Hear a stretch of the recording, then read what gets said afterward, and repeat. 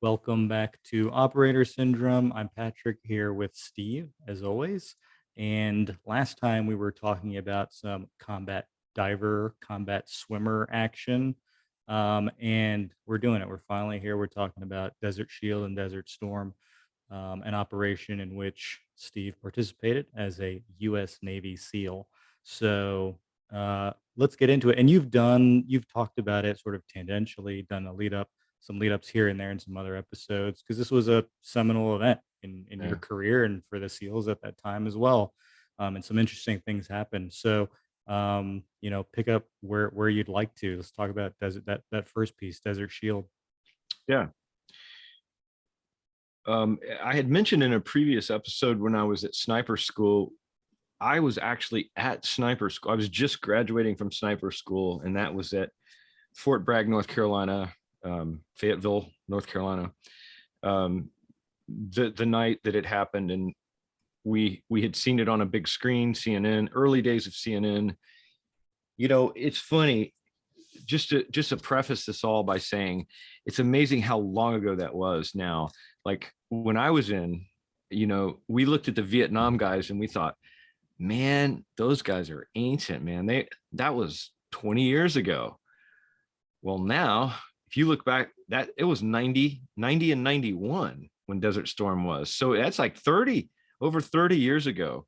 So now I feel like a dinosaur, and it was brought painfully to my attention recently when I had a friend of mine from church who's getting ready. He's in the Army National Guard, but he's really into guns, of course, and likes to shoot and he has way more cool guy gear than I ever would have or will have in my life. And he's got all kinds of gear. And he's asking me, what about these sights? Did you guys use these sights? I was like, time out. We had iron sights in the Gulf War. We were using iron sights except for the snipers. And we were starting to get some cool scopes and fast acquisitions, but it just another point to remember is the GPS.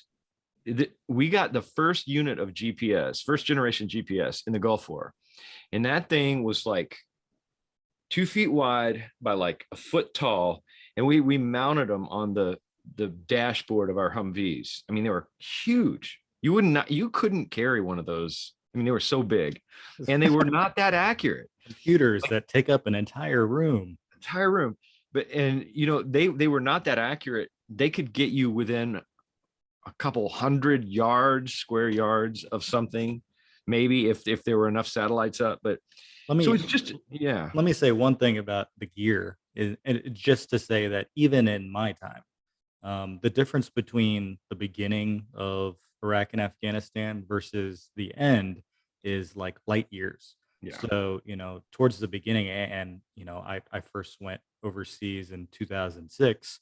By then, there was some cool stuff around, but what's available today and what was available towards the end of those conflicts. I mean, even at the beginning, people were going into combat with iron sights mm, in the beginning. Maybe not SEALs and Rangers and Green Berets, right. but there were folks at the beginning of the Iraq and Afghanistan wars who were going on. So don't feel too bad. I think those wars specifically helped accelerate some of the cool guy gear that's proliferated. Yeah, cool. So it was a different time. It was 1990, August of 1990, and Hussein rolled in there to Kuwait. I think it was an economic thing. He had exhausted a lot of money in the Iran-Iraq war, which is 8 years and a draw, and he just wanted oil, and so he did it. I think, who knows, but President George Herbert Walker, George H.W. Bush, Bush 41, George W. Bush's father, was the president, and I think he did a stellar job. I've always told people he was my favorite president in my lifetime so far, because I think he was really qualified. He was a Navy, shot down in World War II. He's head of, I think, the CIA or the FBI, one of those. I mean, a really qualified guy. But anyway, he responded with us, and so had just gotten back from sniper school and was told that we were leaving in 2, 3, 4 days. We didn't have 100% knowledge of when we were leaving, but it was going to be soon. And our gear was already packed up. And so sure enough, we boarded a C-5 Galaxy, flew out of North Island Naval Air Station in Coronado, and long trip. I remember we refueled in Labrador, Canada, and then we flew to Rhine-Main base in Germany and refueled. And then we headed from there. The last leg was to Saudi, and we picked up fighter support. That was kind of cool because there were some windows we could look out. Part of the C-5, there was one area where you could kind of see out. We got up to where we could look out and we could see these things off our wings. I was like, well, that makes me feel a little bit better. They escorted us in, and we had no idea what was happening. Nobody seemed to have any idea. We were told, as I mentioned in a previous episode, to be ready to fight if we had to off the aircraft, fight our way off the aircraft and form a perimeter. And if in fact the Iraqis had chosen to push down. Now, they did not, thankfully, for a lot of reasons, but it was so blisteringly hot by then in Saudi Arabia that I don't, it's one thing like, yeah, it would suck to have to fight in that heat, but they have to fight in it too, and they're humans. So it's like nobody wants to fight in that kind of heat. And I think that might have been, I just looking back, hindsight's 20. I just think that the heat might have been the one thing that bit Hussein in the ass, because he knew he was going to have more heat casualties, tanks breaking down. They didn't have that good a gear if he'd have chosen to go on in, and that gave us the time to build up. And so there were really two parts to what's called the first Gulf War or Desert Storm, and it was Desert Shield, Operation Desert Shield, and then Operation Desert Storm. And they were two different campaigns. In fact, on my Southwest Asia service, I get 2 stars because I was there for both of them. So you would get a ribbon if you were there for Desert Shield or Desert Storm, or both.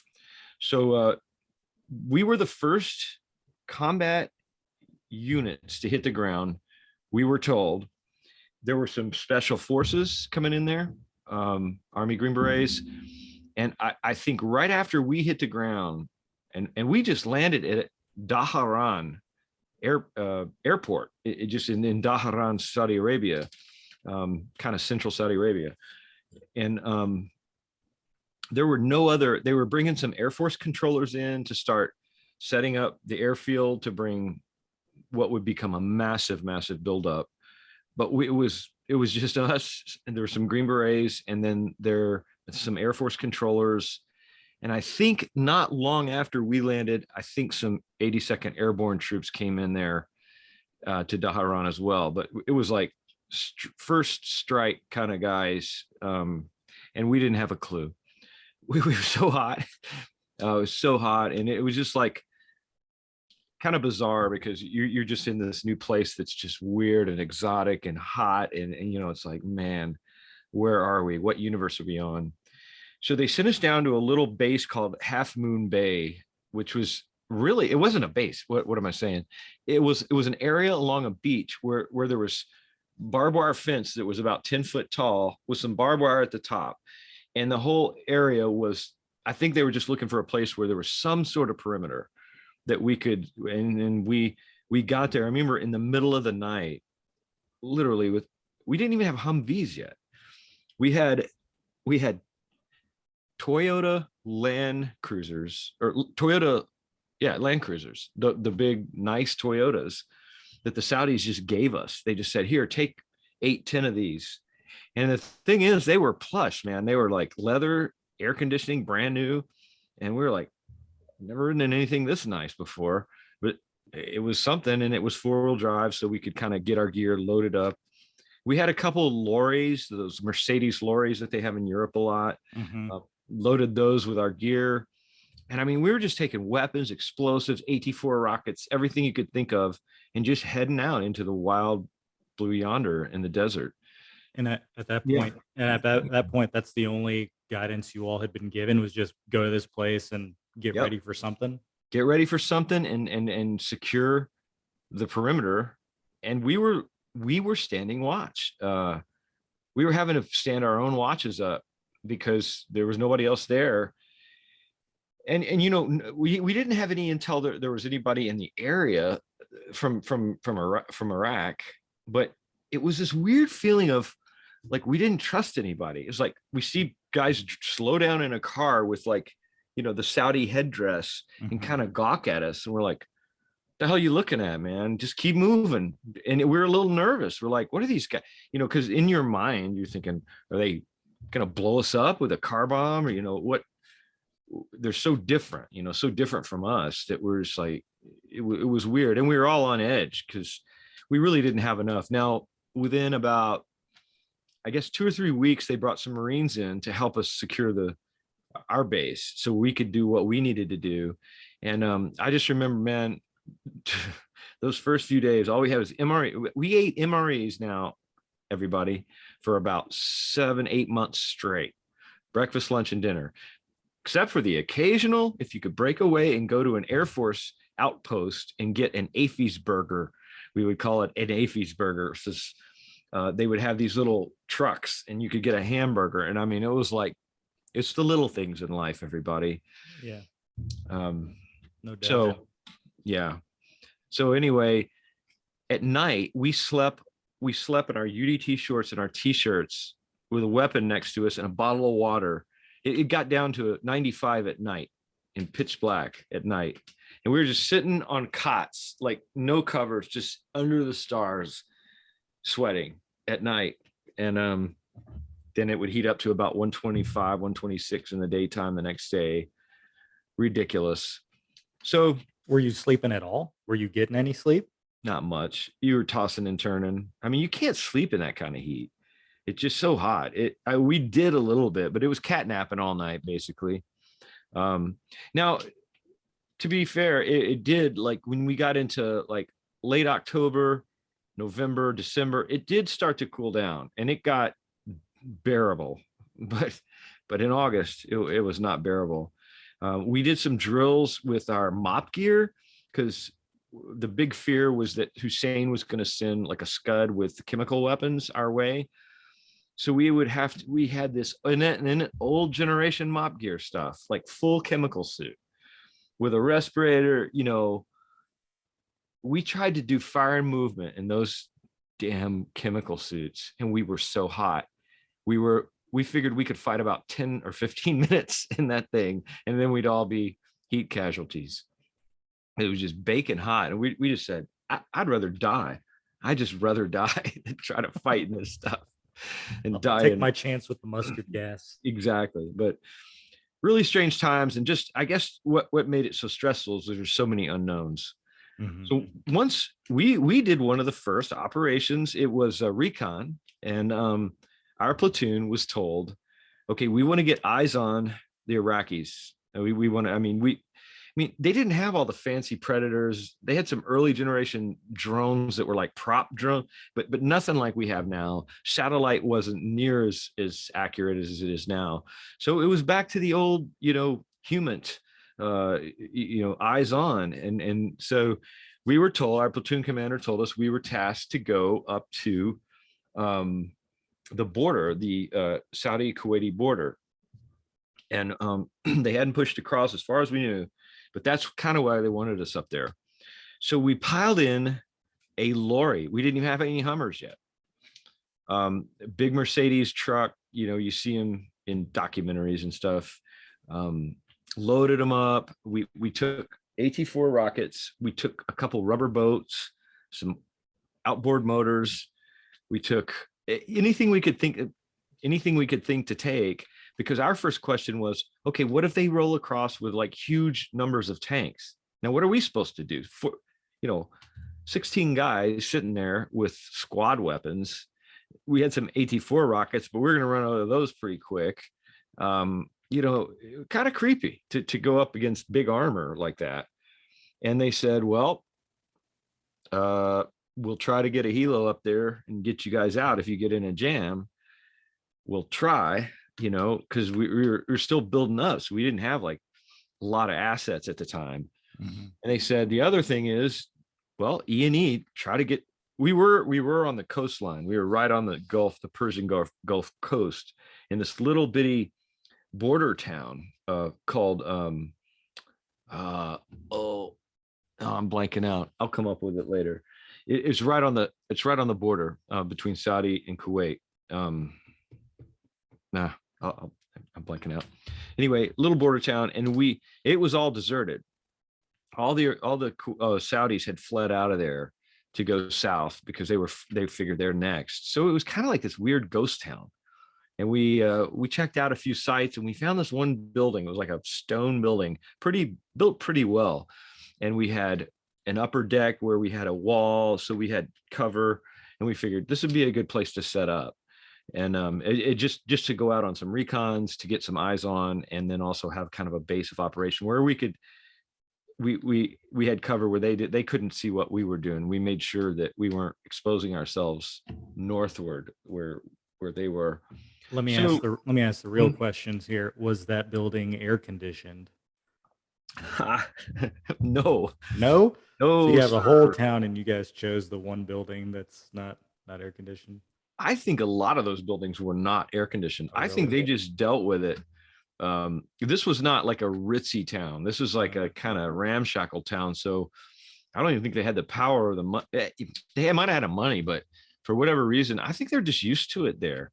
I mean, Mm-hmm. and the big stone buildings were pretty cool on the inside if you could keep them shady. It didn't seem to be that bad, but it was still hot. Um, so yeah, we a lot of times Bruce and I would go out. He was in another platoon, but uh, myself and another my spotter Brad and I would go out and do a lot of looking, like getting eyes on. We could see some enemy positions, and we just try to document it and radio back to headquarters and tell them what we were seeing, and which was not much. They were just sitting there. They might have been looking at us. I don't know. We were looking at them. Were they dug in, or was it just like hasty positions? Hasty mostly. Yeah, from what we could tell, it was hasty. um there were some dug in, um but mostly it was just hasty campsite kind of things. Hmm. Yeah, and we didn't they didn't want us to go. Okay, another dramatic part of this was that the CENTCOM commander at the time was General Schwarzkopf. He was an Army 4-star, and was he was a he was an infantryman's conventional dude. He did not like special forces. He did not like SEALs. He did not like Rangers. He said he thought we were a bunch of snake eaters. We were a bunch of crazy guys that were going to kick the war off. And so he really limited what we could do. I mean, you can, there's a lot of books that have been written on this. And hey, I'm not faulting the guy. He was a great commander over there. And he executed one of the most successful campaigns in our history. But he was super nervous about us, and we could have done a lot more if he hadn't been so kind of cautious toward special operations. Let's put it that way. Hmm. So so we The did. the Mhm. sorry, the unit you were observing, was that an armored unit, or what kind of unit was it? It was mostly infantry. There were Okay. some armored personnel carriers in a separate location, not far from the main the main ground infantry that we were watching. We were watching the infantry mostly, but we didn't see any tanks. There weren't any tanks that we could see. I think they were over the horizon, but these were like forward troops. I'm nerding out a little bit because I didn't get the experience of, looking across and seeing someone in a uniform and Yeah, actual professional military folks on the other side, right? yeah, yeah. Um, was it I- again, maybe I watched too many movies, but do was there any way to identify who they were No, just by looking at them? No, nothing like that. no. All we could tell was that they were military, and we just assumed they had to be Iraqis because they were in Iraq. I mean, this was across the border, but yeah, we couldn't Yeah, see. We weren't close enough to see any kind of identifying, right.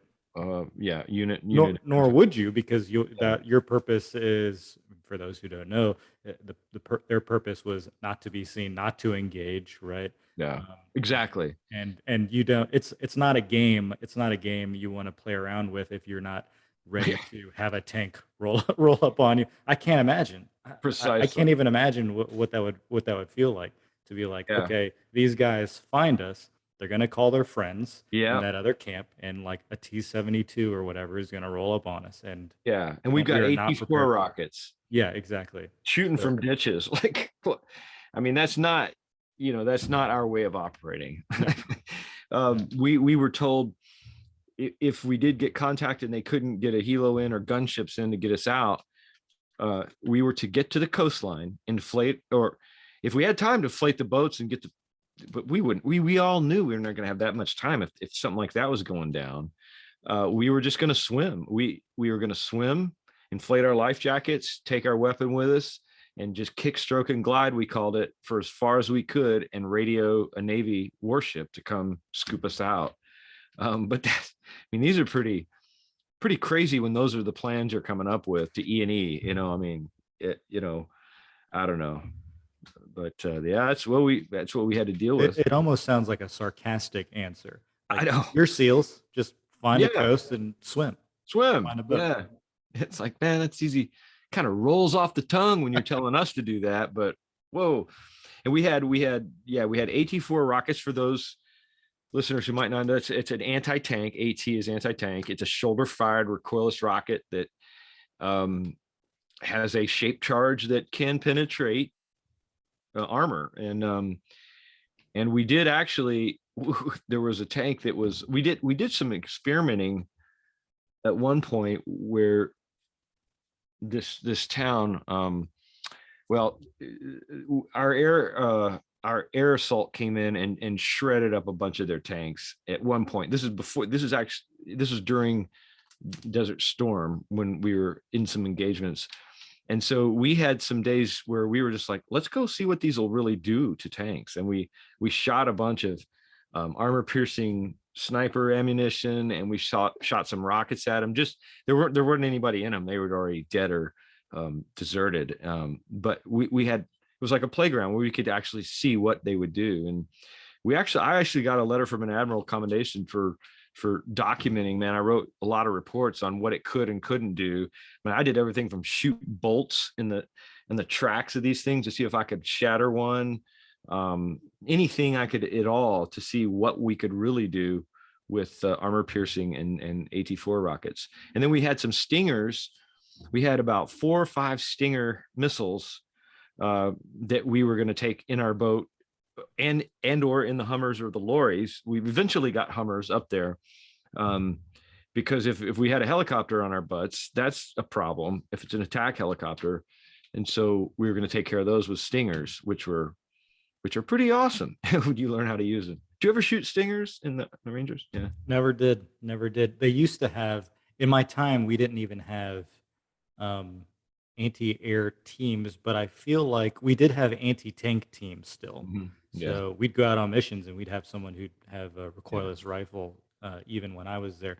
But I feel like I remember seeing, like, in the table organization, like a spot for like a 2-man Stinger team. But no, not in my time. Yeah. Yeah, that they're impressive, and they're really, I mean, that's how, I mean, as a tangent, that's how I say we, the Afghans, the Mujahideen, ran the Soviets out of, if you ever want to see a movie that actually is pretty kind of cool, is Charlie Wilson's War. We sent special forces in there to train the Afghans to shoot Stingers, and they shot down every aircraft in the Soviet inventory, from what I've been told by a guy that was there. So yeah, they're awesome. I mean, they're really, it's always been a thing that they're heat seeking. So you uncage, and uncaging means you lock on to a flying aircraft, and the Stinger locks onto the heat, and it just tracks supersonic. I mean, you're in big trouble if one of those things is coming in. But yeah, that's all we had, and we never had to use one. Thankfully, again, something I never even thought about, and never had to worry about enemy air, Yeah. enemy attack helicopters. Never a problem. Never something I had to think about or deal with. Right. And after we started shooting everything down, it wasn't a problem either for us. But early on, it was a concern for sure. And they still had gunboats out there. so it was just a weird time because it was just like nobody knew what was going on. There wasn't much guidance. We were just out there. Talked about feeling like you're out on a limb. Right. Yeah, it's just crazy. We rotated back, and uh, our sister platoon relieved us, and we kind of went back and forth like that. And then we moved up to a base called Ras Al Gar, which is on the coast. It was farther north than Half Moon Bay. And Patrick and I were just talking to a friend of ours this past week, who Kevin, who he came in after us, about a month after us, and he got lost in a lorry or some sort of vehicle, and he ended up at Ras Al Gar, where I was, and he was supposed to be at Half Moon Bay, because we had like 3 stages of places where there were SEALs. And I remember seeing him like, "Hey, Kev, I'm so glad you're here." And he was like, "Well, I'm supposed to be at Half Moon Bay." We're like, "Oh, that's down south." And he got back oriented, and but it was all this crazy stuff going on. I don't know. It's hard to wrap my head around, because it seems like a dream in some ways, because it's been a while. Right. And being there, it certainly seemed like some sort of surreal dream. Um, but we were at Ras Al Gar for a while doing a lot of training, and that's where we met up with Dev Group. Brought in their boats, their fast boats. So there's a unit at Dev Group that do nothing but drive these fast boats. We call them fast boats. They're basically modified open ocean racing boats that have enormous engines, and those things, if the water's calm, they can go up to 80 knots on the open ocean, which is smoke. I mean, they can outrun anything in the water if the seas are cooperative. But so we actually got tier 1 assets to drive us around and do some ops. And so we started training with those guys at Ras Al Gar, and which was on the coast. Now that was a Saudi base. And then we moved north up to Ras Al Mishab, which was the northernmost base on the coast. And we did our missions and everything else, and our final readiness and everything at Ras Al Mishab. And that was only about 18 clicks south of the Kuwaiti border, or the Kuwaiti Saudi border.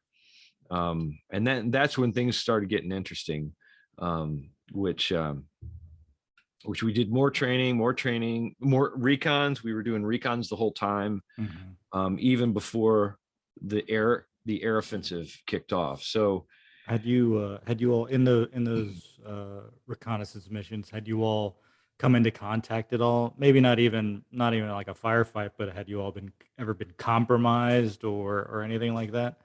as far as we know, we hadn't been compromised. We ran in. There was one night we ran into a boat. We thought it was a gunboat. We're not sure, because we saw them before they saw us. We were in rubber raiding craft. Nice.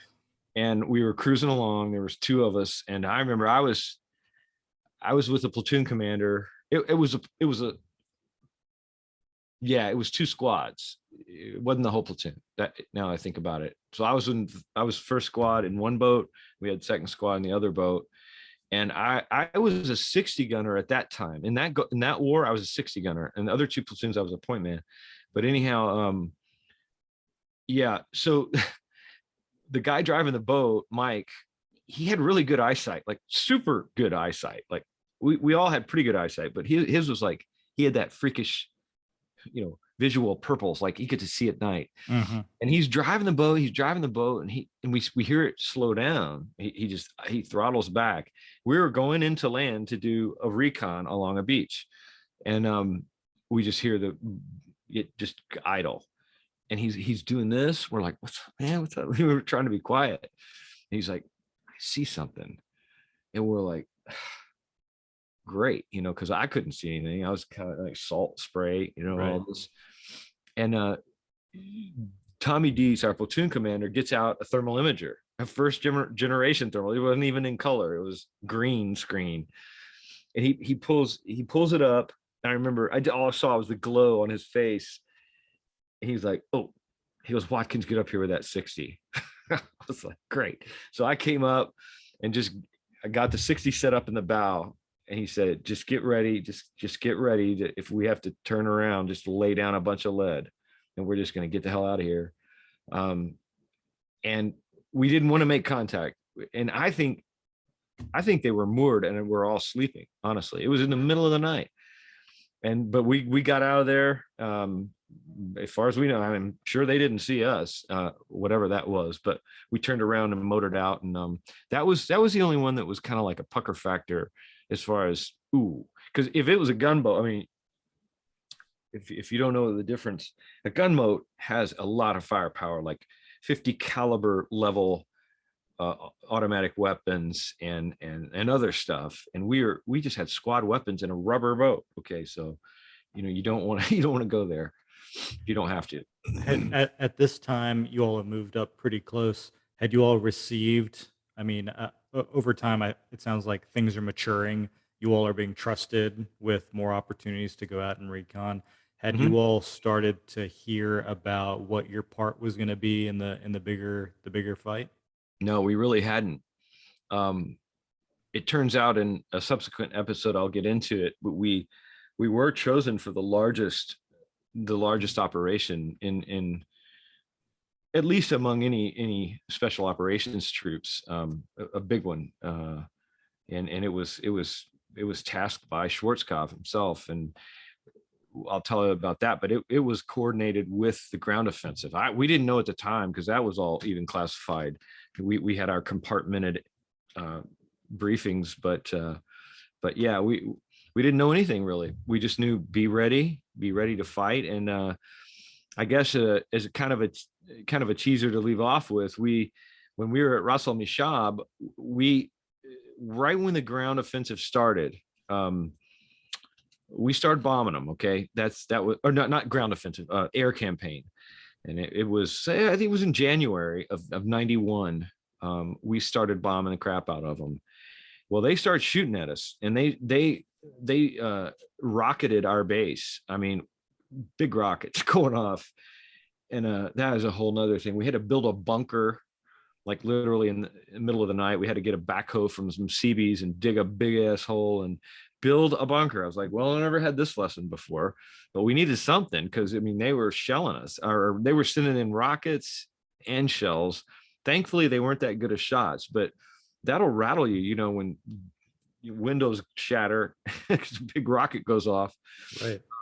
And the Saudis on that base, it was a Saudi reserve base, Saudi naval reserve base. All the Saudis fled the base. They just took off and left their own base. And we're like, where are you guys going, man? Come on. How about some teamsmanship here? And they're like, we're out of here. And we had to secure the freaking base once again.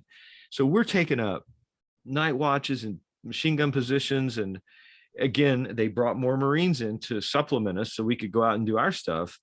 But it was like we had to hold that base for about 2 days, and it was dicey because we were getting rocketed, and they were sending. I mean, there was just talk that they were coming down from the north with armor. Well, they did actually try to get down to us, but we had a bunch of A-10s and Apaches just eat them up right on the highway. I mean, and we drove through it not long after and thought, holy, it was just a graveyard where they just shot them all up. So, but that was another time where it was like, let us get out there and do the deed. And now we're having to stand up watches on this base perimeter because all the Saudis fled, including the commanding officer of the base. And we're like, Well, you got to lead by example. That's yeah, that's rule number one. Well, well, anyway. you all would go on to, and we'll talk about that in this next episode, to do some really interesting missions. So we'll leave it there for now, Yeah. and we'll pick back up next time. Thanks everyone for listening, and we'll catch you next time.